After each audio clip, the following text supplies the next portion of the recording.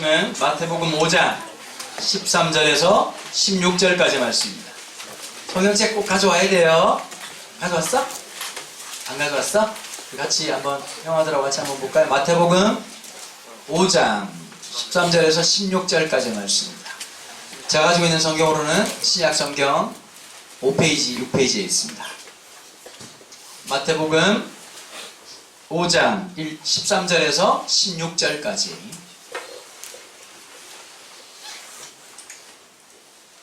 한 절씩 교독하실까요? 굉장히 유명한 말씀이죠. 너희는 세상의 소금이니 소금이 만일 그 맛을 잃으면 무엇으로 짜게 하리요? 후에는 아무 쓸데없어 다만 밖에 버려져 사람에게 밟힐 뿐이니라.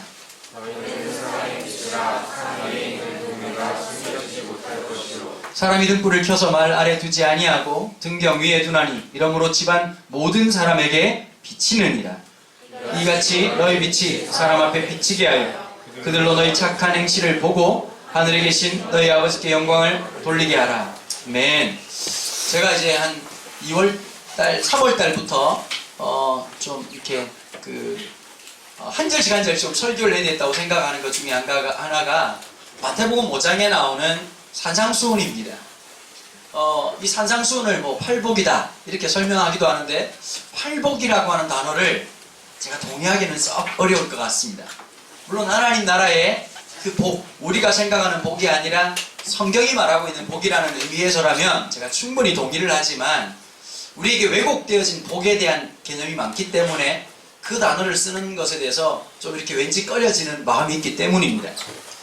그럼 5장은 예수님께서 산에서 설교하신 내용입니다. 여러분, 예수님이 만약에 빨리 수많은 사람들에게 복음을 전하고 효과와 효율을 따진다면 예수님은 장소를 잘못 선택하셨습니다. 어디다 해야 될까요? 길목에 해야지요. 사람들이 돌아다니고 있는 그 가장 중요한 교차로에서 설교를 하고 집회를 해야 선동이 빨리 될 것 아닙니까? 근데 예수님은 이상한 장소를 선택하셨습니다. 산 위였습니다. 산이라고 하는 공간은 자연스럽게 가지는 공간이 아니라 의지적으로 움직여야 하는 공간입니다. 그 산 위에 사람들이 올라왔습니다. 무엇을 기대하고 올라왔을까요? 적어도 그냥 막연한 게 아니라 주님이 거기 계시다는 이야기를 들었기 때문이었습니다. 저는 우리 교회가 산위 공동체였으면 좋겠다라는 생각을 자주 합니다. 엄마 아빠가 태워다 주니까 떨어뜨려서 있는 길목 공동체가 아니라 산위 공동체. 그래서 찾아오고 구하고 찾는 예배.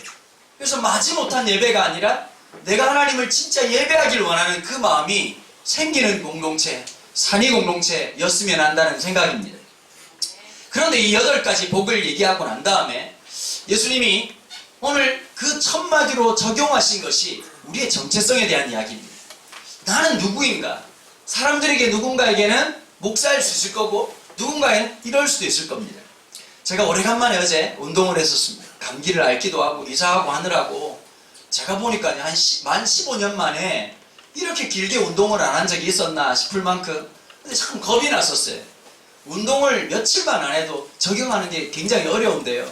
거의 한 20일 가까이 되는 시간들을 안 하다가 어제 도무지 체력이 안 되겠는 거예요. 아침에 제천 갔다가 제천에 집회 마치고 또 저녁 집회가 일산에 있었는데 안 되겠다. 오늘 그냥 집에 가서 퍼지면 절대 안 되겠다 싶어서 제가 늘 가던 헬스클럽에 가서 날짜가 아직까지 110일이나 남았더라고요. 어쩔 수 없이 갔죠. 가서 운동을 하는데 참 어려웠습니다. 근데 이제 그 헬스클럽 9층 위에 10층에 교회가 하나 있는데 제 신학과 선배 목사님이 담임으로 있는 교회입니다. 그 형님이 89학번 선배이시고 제가 90학번인데 그 형님이 참 재밌는 형이었습니다. 그 당시에 이제 군대를 갔다 오면 지금 요게 좀 혹시 그 사람을 무시하거나 이러는 게 아니라 그 당시의 문화에서는 그 현역을 갔다 오느냐 방위를 갔다 오느냐에 따라서 사람을 대하는 게 굉장히 문화적으로 달랐습니다. 지금 했으면 아마 이게 민형사상 모든 책임을 질 수도 있는 그런 상황이었지만 그 형님이 좀 짧게 군대를 갔다 오셨지요. 그 이문식 목사님도 마찬가지신데요. 짧은 것 중에서도 가장 짧은 걸 갔다 오셨습니다. 그리고 가끔씩 설교할 때 군대 얘기를 할 때 되면 왜 저러실까라는 생각을 6개월 잠시 발 담그고 나오신 분인데 어떤 분들은 심지어 이제 저희 교회 예전에 그 관리 집사님께서는 그 소령 출신이었거든요. 근데 이제 그분은 아무 말씀도 안 하시고 공수특전대 나오신 분도 아무 말씀은 안 하시는데 6개월 다녀오신 분이 한 3시간 걸쳐서 군대 얘기를 하는 걸 보고 제가 깜짝 놀라서 마지막 이걸 좀 끊어야 되겠다는 생각으로 제가 뭐라고 했냐니까 목사님 보통 6개월 다녀오면 침묵하셔야 됩니다 라고 말을 하면서 정리를 했던 기억이 납니다. 근데 그 형님이 이제 짧게 군대를 갔다 오신 분이 그런데 참 재미있는 분이셨어요. 그 당시만 해도요 선배들이 굉장히 폭력적이었습니다. 사람을 때리고 이런 문제를 넘어서서 후배들 그냥 우습게 생각하고 함부로 말하는 게 사회 전반적인 그래서 그게 당연한 것으로 느꼈고 근데 요즘은 굉장히 많이 인식이 좋아지고 사람들이 생각이 달라져서 사람들에게 함부로 손 아래 사람이라고 내 마음대로 그냥 폄하하는 말을 하거나 그렇게 하지 못할 때였는데요. 그 선배 형님이 참 후배들을 따뜻하게 대해줬던 것 같아요. 이유는 다 하나죠. 하도 동기들이 갈구니까 거기에 생긴 좀 슬픔이 있어서 그런지 몰라도 후배들에게 말을 한마디 해도 참 따뜻하게 했던 기억이 났습니다. 어제 오래간만에 엘리베이터를 탔는데 그 교회 교인들하고 그 형님이 탔어요. 그래서 제가 이제 본능적으로 하는 거죠. 형 이렇게 말하면 안 되니까 목사님 그랬더니 그분도 또 강 목사 오래간만이네 이러고 이제 한참 인사를 했었어요. 여러분 엘리베이터라고 하는 공간이 참 묘한 공간이지 않습니까? 그러고 말아야 되는데 형님 운동하러 안 오시냐고 그랬더니 허리가 아파가지고 지금 허리 나을 때까지 기다리느라고 한 3년 동안 못했다 이러시면서 점점 살이 쪄가시는 거죠. 근데 교인들 중에 몇 분이 이제 전도사님하고 몇 분이 이제 눈인사를 나누었습니다.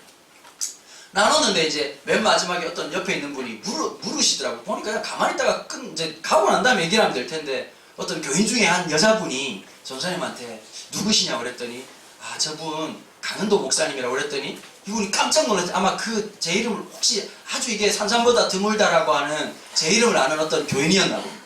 깜짝 놀라시더니 뭐 그러시냐고 얘기를 하는. 제가 그때 이 마음이 들더라고요. 사람들이 보는 내 모습과 가족이 보는 모습 그리고 하나님이 보는 모습이 다르겠구나라는 생각이 들어요. 제가 좀 많이 듣는 말 중에 하나가 실물이 낫다는 얘기를 가끔씩 듣거든요. 별로 동의는 안 하시겠지만 괜찮은 편이야 이 나이에. 신혼이 웃었냐? 집에 가서 깊은 대화를 나누자니까. 근데 여러분 정말 하나님 우리에게 무엇이 되었으면이라고 하는 기대가 있단 말이에요. 근데 오늘 바로 그 말씀이 하나님 우리를 향한 우리의 정체성 네가 누구다 하나님이 만드신 원래 목적과 원래 의도가 무엇이냐. 첫 번째 말이 너희는 일 거다라고 말하지 않고 너무 명확하게 소금이다 라고 말을 하는 겁니다. 여러분 소금은 어떤 걸까? 여러분 살다 보면 그럴 때 있죠. 소금하고 설탕하고 헷갈려가지고 한번 대통 당한 적이 있으시죠? 이게 대충 보면 잘 표가 안 납니다. 소금의 진면목을 아시려고 하면 제가 추천드리고 싶은 게 있습니다. 저염식을 해보면 세상에 이 소금이라고 하는 게 얼마나 맛있는 건지를 뼈저리게 느끼게 됩니다. 제가 한 4년 동안 육고기를 끊은 적이 있습니다. 고기를 다 끊고 좀 극단적으로 계란도 안 먹고 우유도 안 먹었을 때가 한 4년 정도 있었습니다. 그러다 보니까 이제 소금을 줄여야 되고 사람이 입맛이 굉장히 예민해지거든요. 예전에 몰랐던 야채의 맛도 알게 되고 그러면서 당근이 얼마나 맛있는지 그런 맛을 느낄 때쯤 소금을 줄여 나갔었습니다. 그럼 소금이라고 하는 게 무슨 의미냐? 그럼 보통 이러잖아요. 맛이 있다, 맛이 없다라고 말할 때 맛있는 음식을 말하는 게 아니라 가장 원초적으로 따지면 소금을 안 넣으면 맛이 없습니다. 여러분 국에 소금이 없다. 물이지요. 데운 물입니다. 데운 물을 처먹으면서 맛있다고 말할 사람 아무도 없습니다. 거기에 한우 안심을 쳐집어넣어서 끓여도 데운 물에 기름이 둥둥 떠있는 그런 맛이 납니다. 소금은 신기하게도 맛을 줍니다. 소금은 병에 담겨있는 게 목적이 아니라 음식물에 녹아져 들어가서 삼투압 형성을 하기도 하고 맛을 살리기도 하고 놀라운 것들이 있습니다. 여러분 맛있는 것은요 소금이 다 들어간 겁니다. 제일 위험한 음식 중에 한 가지가 뭐냐? 짜장면입니다. 짜장면 한 그릇을 드시는 순간 여러분들이 이틀 동안 섭취해야 될 염분을 다 섭취한 겁니다. 여러분 짜장면 만드는 거 보면 기절합니다. 짜장면의 그 모든 맛은 짜장에서 나오는 게 아니라 소금에서 나오고요. 미원을 한 주먹 쳐넣어가지고 맛이 없을래야 맛이 없을 수 없도록 만든 게 짜장면이라고 하는 음식이기 때문이죠.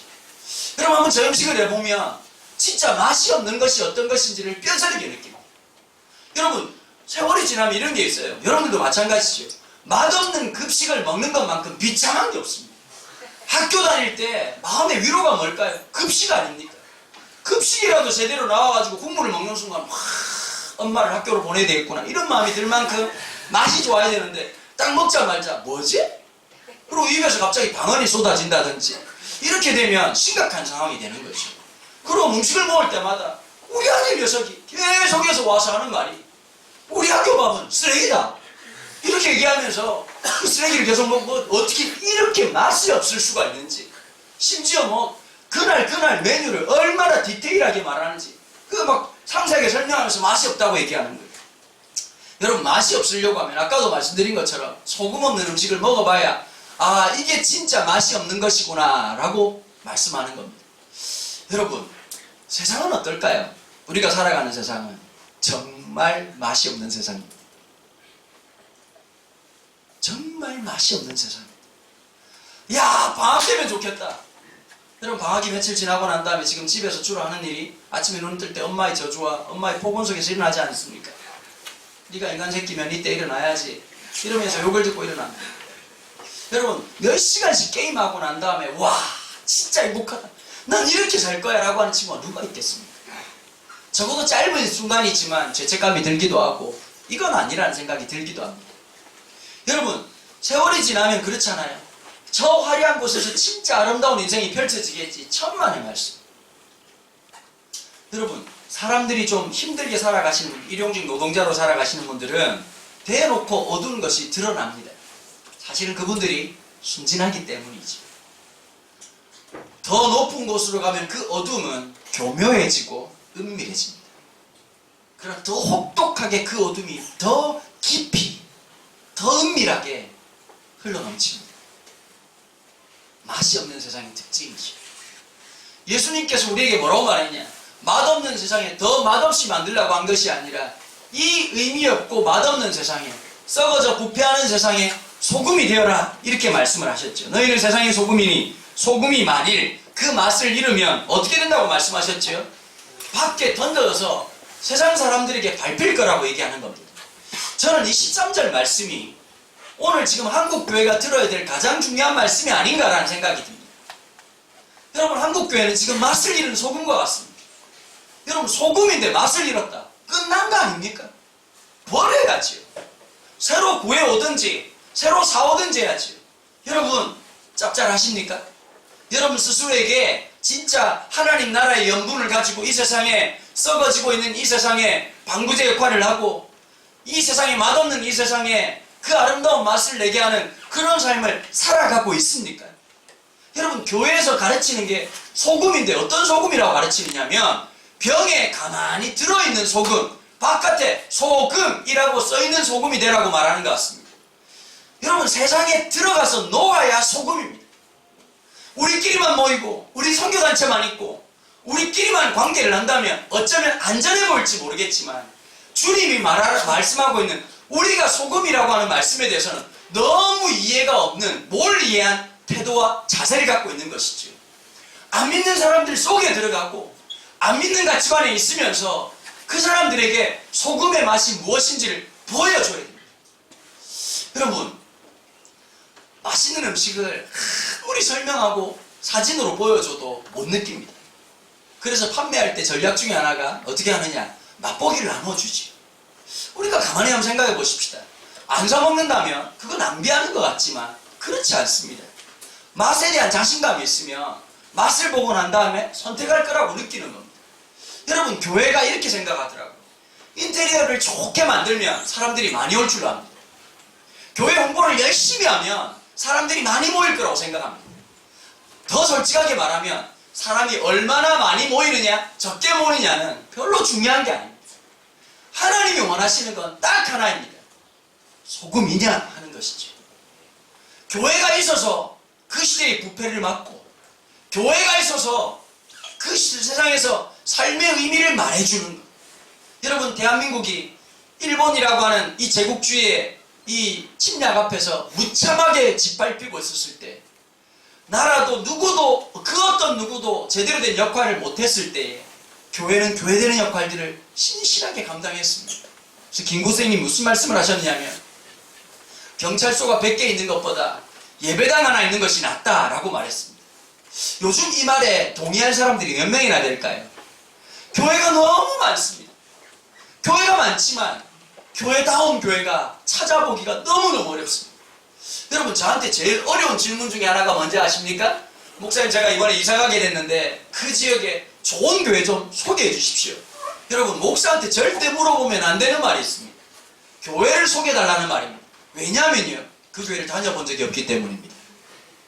목사는 그 교회 담임 목사는 알 수 있어도 그 교회가 어떤 교회인지를 모르기 때문이죠. 여러분, 참 어려운 얘기입니다. 그럼 보통 이렇지요. 설교가 좋은 교회가 있습니다. 여러분, 설교가 좋은 교회 참 중요한 요소입니다. 그러나 주님께서 뭐라고 말했냐니까, 설교가 중요한 교회가 되라 라고 말하지 않았습니다. 물론 중요한 요소입니다. 제가 아니라고 말하는 거 아닙니다. 주님이 뭐라고 말했냐면 소금이 되어라 라고 말씀하셨거든요.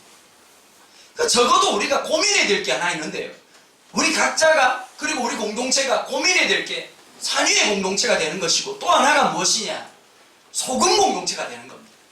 녹아질 준비를 하고 녹아지는 그 현실을 통해서 소금 되어지는 그 영광을 살지 않으면 다 쓰레기다, 이렇게 주님이 말씀하시는 거거든요. 사람들의 발에 밟히고 있다. 우리의 신앙, 우리의 가지고 있는 그 믿음, 우리의 그 아름다운 것이 지금 수많은 사람들에게 밟히고 있는 상황 아닙니까? 무시하고, 야, 너 교회 다니냐? 너 아직도 그런 집단적인 이 착각 속에 빠져있냐? 손가락질 당하고 있습니다. 왜 그럴까요? 우리의 신앙이 녹아들지 않기 때문입니다.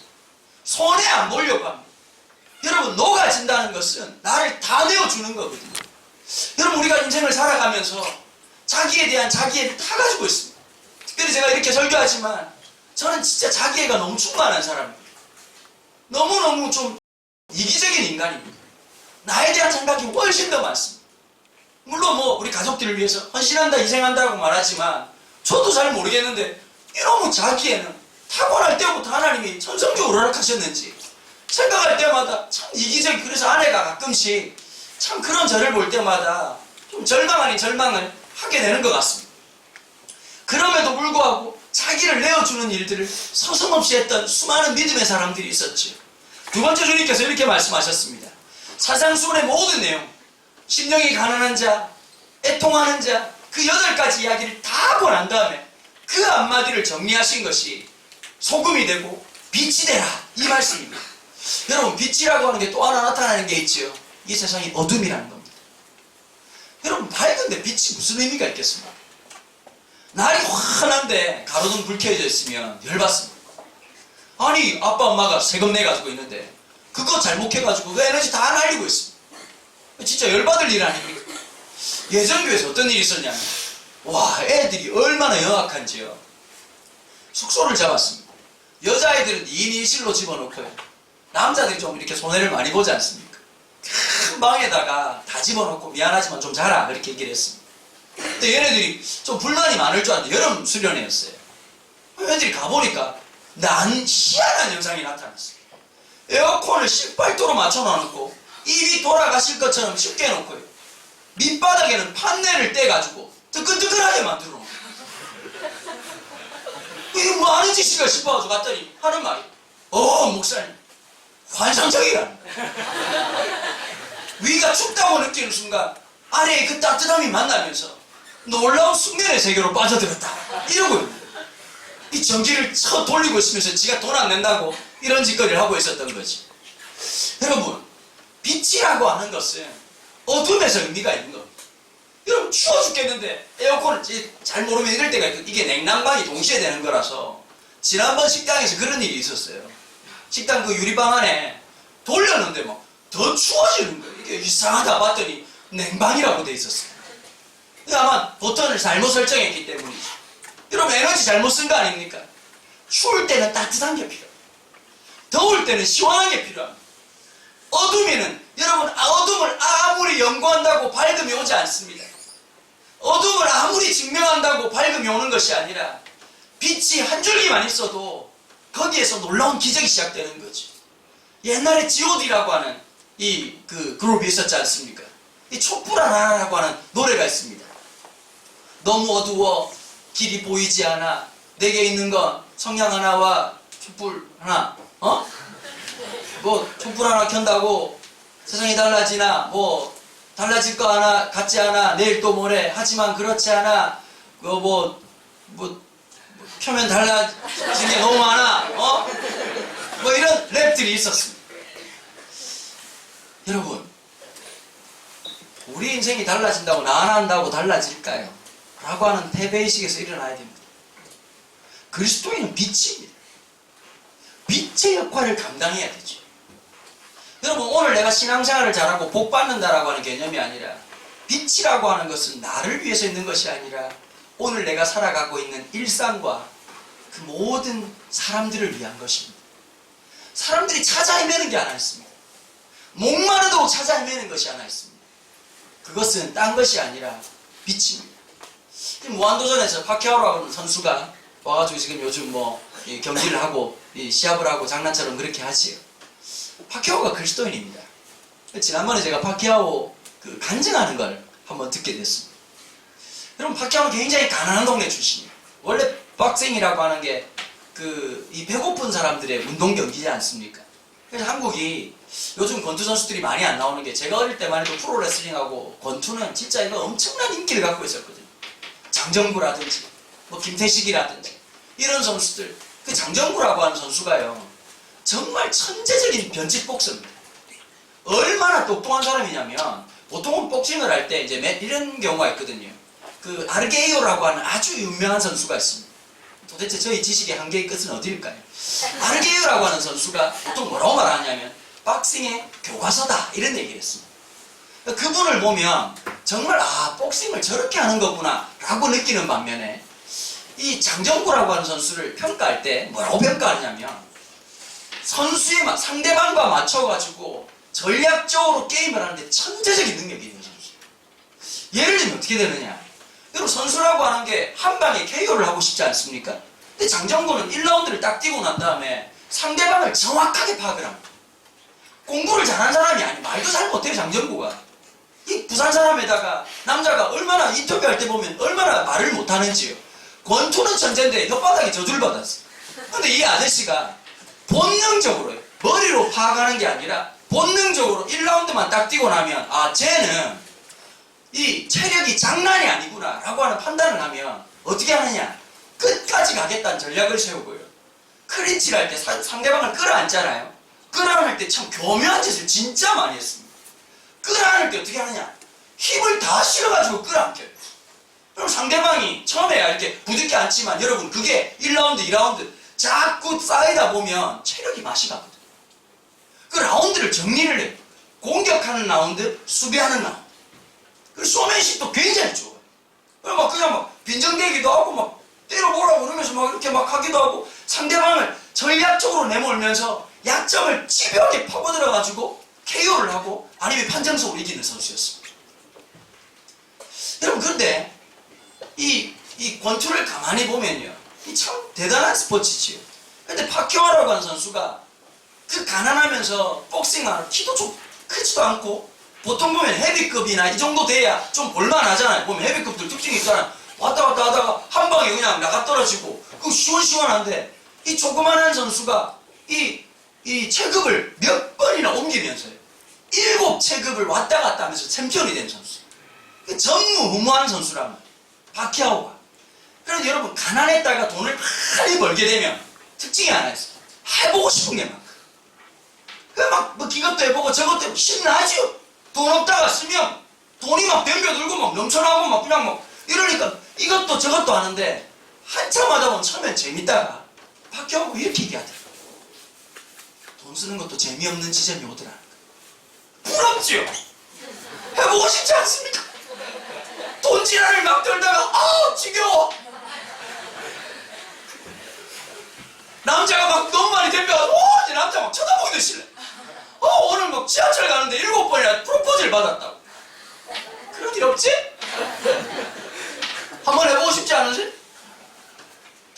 써보면서 나중에는 너무 재미가 없어서 어디에 빠졌느냐? 갬블링에 빠져요.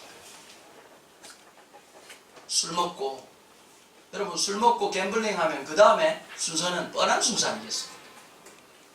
아내하고 매일같이 싸웠다. 여러분 돈 많이 생겨가지고 행복한 집이 잘 없습니다.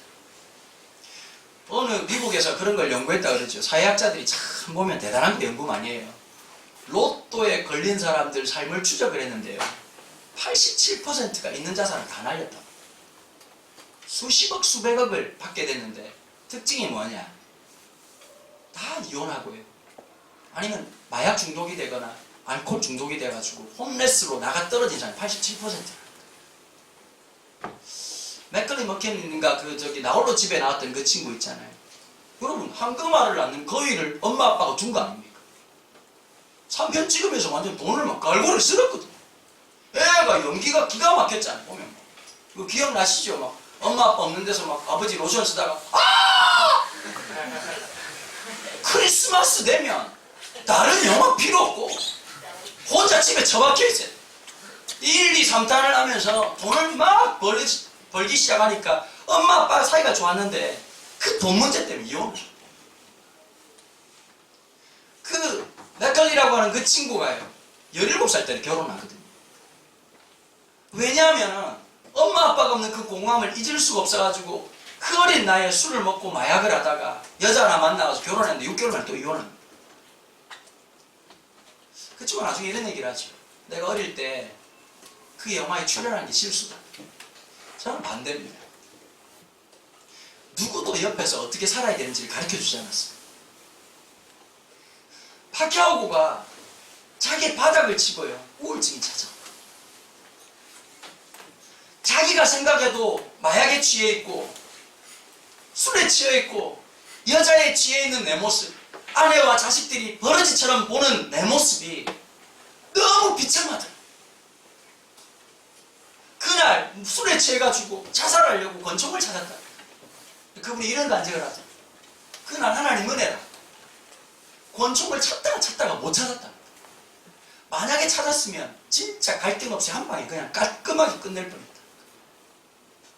그 인생 밑바닥에서 주님을 만납니다. 자기가 쌓아왔던 목적과 삶의 모든 것들이 바뀝니다. 여러분 선교사 중에 유명한 박싱 선수가 있습니다. 헐리필드라고 하는 선수입니다. 마이클 타이슨이 귀때기 물어뜯어서 아주 유명해지신 분입니다. 이거 뭐 알아들어야 무슨 설교를 하지. 이 마이클 타이슨이라고 아주 유명한 핵주먹이 있는데 이 친구가 헐리필드가 원래 선수를 했다가 리타이어하고 다시 컴백을 했습니다. 컴백을 해가지고 사실 몸집도 예전 같지 않고 헐리필드가 그 알 이후로 굉장한 박스였거든요. 근데 이 아저씨가 돌아왔는데 그때 타이슨이 살짝 이제 좀 그 바닥을 칠 때였어요. 붙는데 대부분의 이제 여러분 이 게임이라고 하는 건 미국이나 영국 같은 경우에는 왜 열심히 그 응원을 하고 그 다음에 보통 유료 채널이거든요. 그러니까 우리나라처럼 스포츠 채널에 다 보고 있는 게 아니라 그 게임 한번 보려고 하면 보통 얼마씩 줘야 되느냐? 50불씩 줘야 됩니다. 한 6만원 내야 그 게임을 보는 겁니다.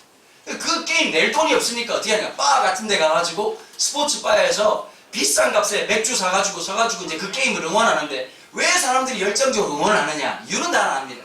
다 갬블링을 하거든. 누구한테 돈을, 그러니까 프리미어 리그에 보면 축구를 좋아해도 완전히 똘갱이처럼 좋아하지 않습니까? 보면 막 골 넣으면 완전히 막 집안에 무슨 뭐 아버지가 돌아가신 아버지가 살아 돌아온 것처럼 그럼 별로 안 좋아하려나? 하여튼 막 엄청나게 기뻐하면서 막 발작발작 뛰어요.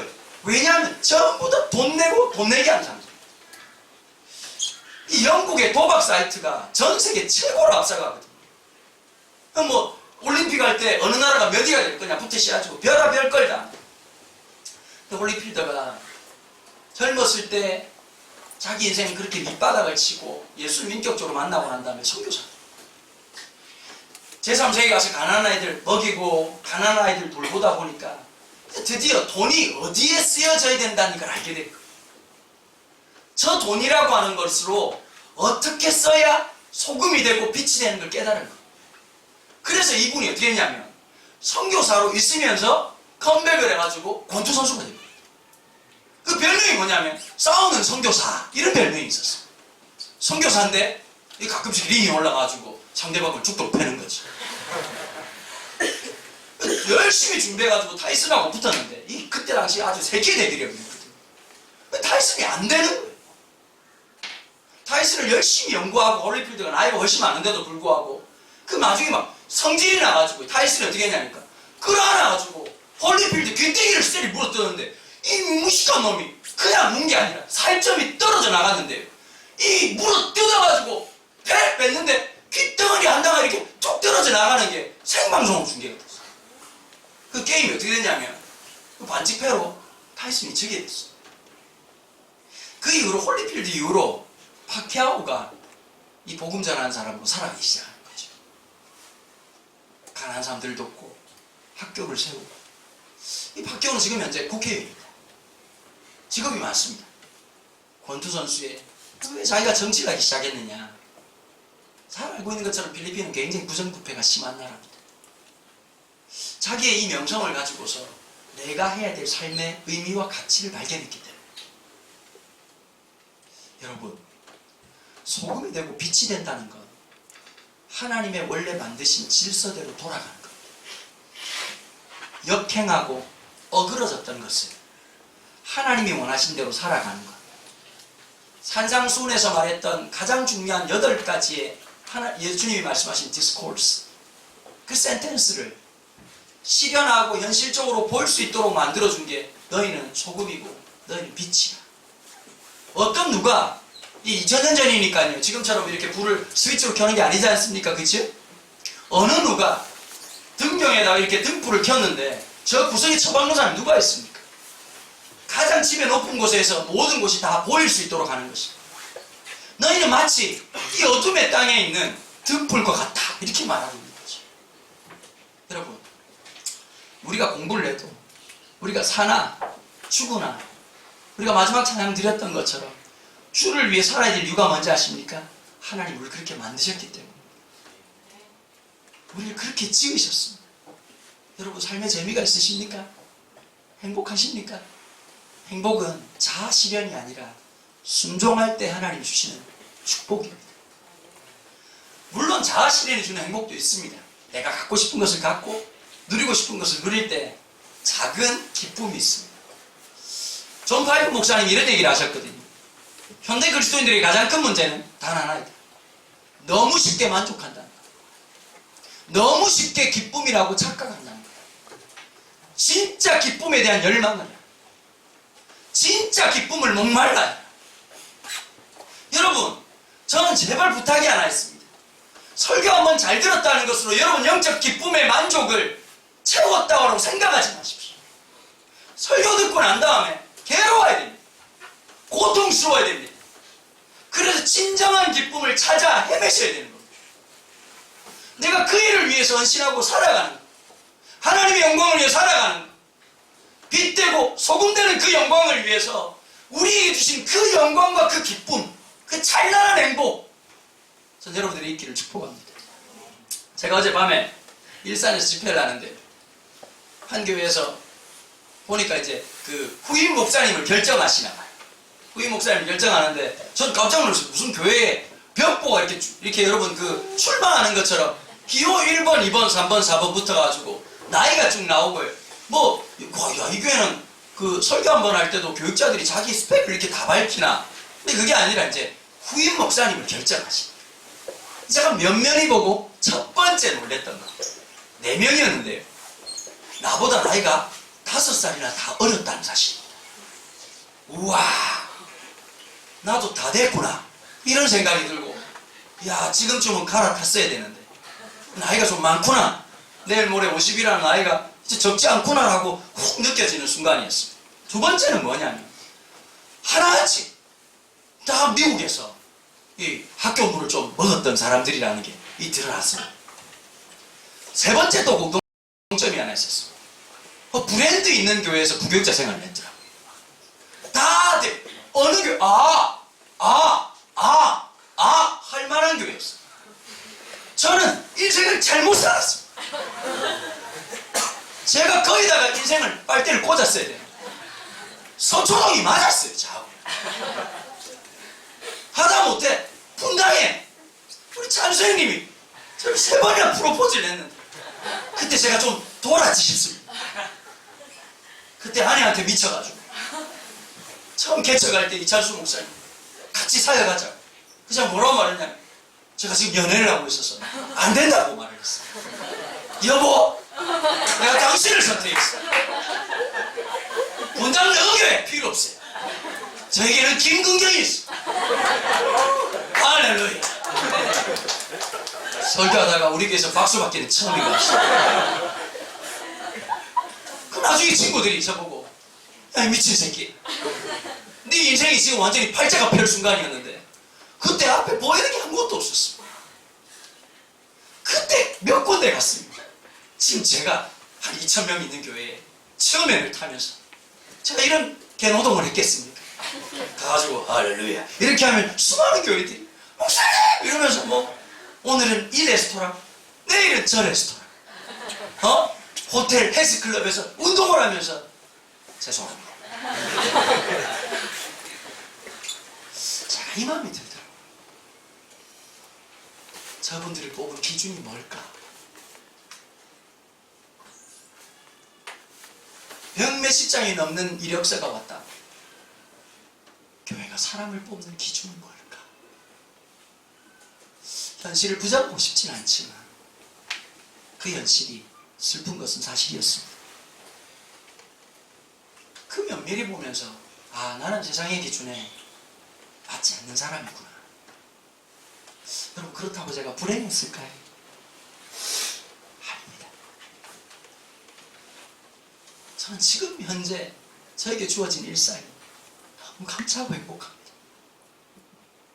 목이 쉬어서 이 상태로 2달, 3달을 지나가겠지만 오늘은 이곳, 내일은 저곳으로 떠돌이처럼 돌아다니겠지만 수많은 영혼들에게 복음을 전할 수 있다는 것보다 영광스러운 게 어디 있을까요?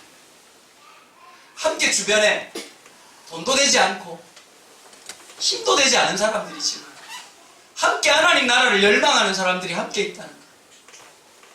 여전히 빛과 소금이라는 정체성을 위해서 처절하게 싸우는 하루하루의 일상을 살아가는 귀한 동력자가 있다는 것. 그것은 영광이고 기쁨입니다. 앉아서 날마다 돈 얼마나 더 받냐? 얼마나 더 넓은 집에 사느냐? 얼마나 좋은 것을 누리고 있느냐? 그걸 얘기하는 사람들이 아니라 지금도 여전히 어린아이처럼 하나님 나라의 영광을 위해서, 하나님의 사람들을 세우기 위해서, 교회가 교회되는 일을 위해서 처절하게 싸우는 그대들이 있기 때문에 저는 그 하루하루가 감사하고 기쁩니다. 사랑하는 여러분, 제가 작년에 이 말씀 드렸지요. 하나님 우리 보고 어느 교회 다녔냐 묻지 않는다 말씀드렸습니다. 관심 없습니다. 설교가 좋은 교회 중요한 교회입니다. 성경 공부 잘하는 교회 중요한 교회입니다. 인테리어가 좋은 교회 뭐 또 필요하겠지요. 부정할 수는 없습니다. 그러나 주님이 단 한 번도 그것이 우선순위라고 말씀하신 적이 없습니다. 소금의 역할을 감당하고 빛의 역할을 감당합시다. 여러분들이 있는 그 자리에서, 여러분들이 살아가는 그 교실에서, 여러분들이 힘들고 빡치는 그 사회생활 현장에서 빛되고 소금되는 일을 위해서 또 처절하게 살아가십시다. 주님이 우리를 그렇게 부르셨기 때문입니다. 변하지 않고 동일하게 역사하시는 그 부르심 앞에 올 한 해 우리에게 주어진 일상을 하루하루 살게 되길 바랍니다. 여러분, 공부할 때마다 좀 마음을 다잡으십시오. 지난번에 우리가 25일 날 아침에 안중근 의사의 기념관 가서 참 느낀 게 많지요. 그분의 저는 붓글씨를 보면서 느낀 게 하나 있어요. 이분이 마지막 죽음이라고 하는 공포 앞에서 그 붓글씨 한자 한자를 쓰면서 마음을 잡으셨구나. 여러분, 그리스도인들이 의식이 살아있어요. 하나님 나라의 성비 정신이 있어야 돼요. 천박해지지 말고 하나님 나라의 사람답게 높은 기상과 하나님이 부르신 그 영광을 향해서 날마다 깨어 있어야 돼요. 그래서 여러분 큐티 하셔야 돼요. 말씀으로 나를 다잡으셔야 돼요. 여러분, 나이가 드니까요, 마음을 안 잡으면 한순간에. 지난번에 우리 김관호 전사님 모셨죠? 노래 진짜 잘하죠. 우리나라 아마 그분이 1년 동안 했던 공연 중에서 최악의 상황이었을 거예요. 음양이고 뭐고 뭐 좀 기댈 때가 있고 숨을 때가 있어야 되는데 진짜 깜짝 놀라게 진짜 노래를 잘하시더라고요. 공감이 안 돼. 어디 뭐 감각이 죽어. 좋아하고 공감해주면 하나님 화낼 거라고 생각하지. 진짜 노래를 잘하셨어요. 참 멋진 분이시지. 그 노래 들으니까 어떻든가요, 마음이. 근데 이제 그분하고 점심을 이렇게 먹었어요. 저한테 김관호 전사님 묻더라고요. 목사님, 지난 한 해 어떻게 지내셨습니까? 요즘 제일 큰 고민이 뭡니까? 이렇게 물어보더라고요. 그래서 제가 그랬어요. 돈벌이를 하는 건지 하나님의 부르심을 살아가는 건지 정말 혼란스럽습니다. 라고 얘기를 했습니다. 그랬더니 이분이 어디 한 방을 맞은 것처럼 멍하니 나를 쳐다보시더라고요. 그리고 저한테 이렇게 얘기했습니다. 목사님, 제가 고민하는 게 바로 그겁니다. 돈벌이를 하는 건지 하나님 나라를 위해 사는 건지.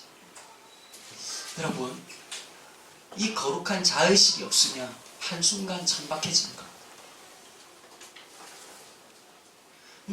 날마다 정직해야 합니다. 하나님 앞에서 몸부림쳐야 됩니다. 거룩한 자각을 가져야 소금의 역할을 감당할 수 있고요. 거룩한 의식을 가지고 날마다 자기 자신을 직면을 해야 빛의 사명을 감당할 수가 있습니다. 저는 우리 작은 모임이, 소그룹 모임이 그런 정직한 모임이 됐으면 좋겠습니다. 여러분, 정직할 때 우리가 다시 한 번 더 거룩한 의식을 생기게 되기 때문이죠. 여러분, 우리 큐티 좀 합시다. 그리고 또 하나 부탁드리겠습니다. 작년 연말에 우리 사회선교 헌금한다고 작정했다가 감당 못하신 분들이 많이 계시는데 올해도 이번에 우리가 사회선교 헌금을 작정을 합니다. 여러분, 제발 부탁입니다. 여러분 나이 때 훈련하셔야 됩니다. 돈 아깝지요? 그거 돈의 지배받는 인생이 아니라 내가 돈의 지배가 아니라 하나님의 지배를 받는다라고 하는 믿음의 고백으로서 헌금에 동참해 주십시오. 두 번째는 이런 게 있습니다. 우린 이 사회를 살아가면서 우리가 가지고 있는 그것으로 소금과 빛의 역할을 감당해야 될 사명이 있는 사람들입니다. 함께 해주셔야 됩니다. 여러분, 제가 이번에 이제 어제 또 이렇게 헌금할 수 있는 기회가 있었는데 제 마음을 움직였던 게 딱 하나였어요. 한 선교단체가 이번에 단기 선교를 간다 그러더라고요. 인도네시아. 그 자매가 저한테 이렇게 가는 곳에 현장에 있는 취재했던 것을 보여줬어요. 인도네시아에서 한참 들어가가지고 시골 지역인데요. 그 나이 또래가 초등학생, 유치원도 안 된 아이들인데 인터뷰를 하는데 이런 말을 하더라고요. 소원이 뭐니? 네 소원이 뭐니? 그 아이가 이런 얘기를 했습니다. 하루에 밥을 2끼 먹는 거다. 제 마음이 너무 불편한 거야. 나는 더 맛있는 거 뭐 먹을까?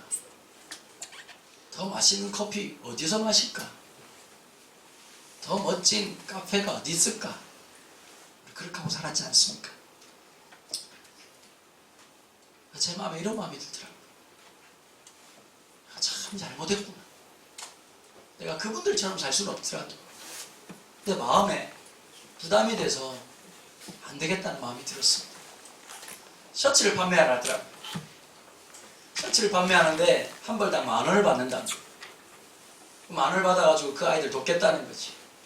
제가 약속을 했습니다. 제가 50벌 사겠습니다. 그랬더니 문제가 생겼습니다. 첫째 날 제가 집회였고 둘째 날 이무현 목사가 집회였습니다. 근데 이 목사님이 광고하면서 뭐라고 말했냐니까 위대한 설교자 강은도 목사님 인도네시아에 있는 아이들을 위해서 50만 원을 헌금했다 이렇게 얘기하고 이무현 목사님은 어떻게 하는지 하나님이 보시고 있다 이렇게 다 앞에서 광고를 했는데 어제 갑자기 전화가 왔어요. 뭐라고 말? 야, 이 미친놈아! 왜 지랄이요? 이렇게 하고 전화가 왔어요. 여러분, 우리가요 다 힘들고 어렵습니다. 그래도 여러분, 하나님의 사람이 양심이 살아있어요. 불편해. 그거 듣고도 그냥 멀쩡하게 살아가면 그 하나님 사람이겠습니까? 어딘가가 고통스럽고 힘들면 함께 하는 게 하나님의 사람이지요. 학벌이 아무리 뛰어나고 가진 것이 아무리 뛰어나도 하나님 그거 보시지 않습니다. 그 사람의 중심을 보십니다. 우리 교회 공동체가 가슴이 살아있는 공동체 되기를 간절히 소망합니다. 제발 인조인간 로봇처럼 살지 말고 마음과 마음을 열고 함께 우리가 하나님의 가슴을 호흡할 수 있는 교회, 그렇게 함께 교회로 지어져가는 올 한 해가 되기를 주님의 이름으로 축원합니다. 기도하겠습니다. 하나님 아버지, 우리에게 새로운 한 해를 주셔서 감사합니다. 우리가 누군지 자꾸 잊고 지내는 것 같습니다. 소금이라고 빛이라고 말씀하셨습니다. 소금 되는 게 너무 힘들고 빛 되는 삶이 너무 귀찮은 삶 같습니다. 내 것 챙기기도 바쁜데 소금 되어져서 누군가를 위해서 녹아지는 인생 살라고 말씀하시니 주님 참 부담스럽습니다. 내 앞길만 가는 것도 힘들어 죽겠는데 누군가의 길을 비추어줘야 된다고 말씀하시니 주님 도대체 내 힘으로 못할 것 같습니다. 하지만 하나님, 우리가 이렇게 살아가기 시작할 때 거기에 성령 하나님의 놀라운 역사가 있는 줄로 믿습니다. 한 번도 경험하지 못했던 삶의 환희와 기쁨과 감격과 그 놀라운 은혜가 우리 속에서 흘러넘치는 한 해가 될 수 있도록 축복하여 주시옵소서. 하나님, 부모님한테 겨우 1,000원짜리 한 장 얻어서 통에 집어넣는 것이 우리 헌금 생활이었습니다. 이제 나이 들 만큼 들었는데 하나님, 우리에게 주어진 것 하나님 앞에 올려드리는 진짜 예배를 헌금 시간에도 경험할 수 있도록 축복해 주십시오. 나를 지배하고 있는 것이 돈이 아니라 하나님이라고 하는 신앙의 고백이 우리가 헌금을 드릴 때 하나님 앞에 그렇게 나아갈 수 있도록 축복해 주십시오. 여러분, 우리가 날마다 말씀을 볼 때마다 안중근 의사가 죽음 앞에서 마음을 다잡았던 것처럼 우리가 말씀 앞에서 우리의 삶을 다시 한 번 더 잡아내는 모습이 있도록 축복하여 주시옵소서. 주 예수 그리스도의 은혜와 하나님 아버지의 원하신 사랑과 성령의 교통하시고 소금과 빛의 역할 앞에 다시 한 번 더 세워지기를 소망하는 주의 백성들 머리 위에 지금부터 영원토록 함께 계시기를 축원하옵나이다.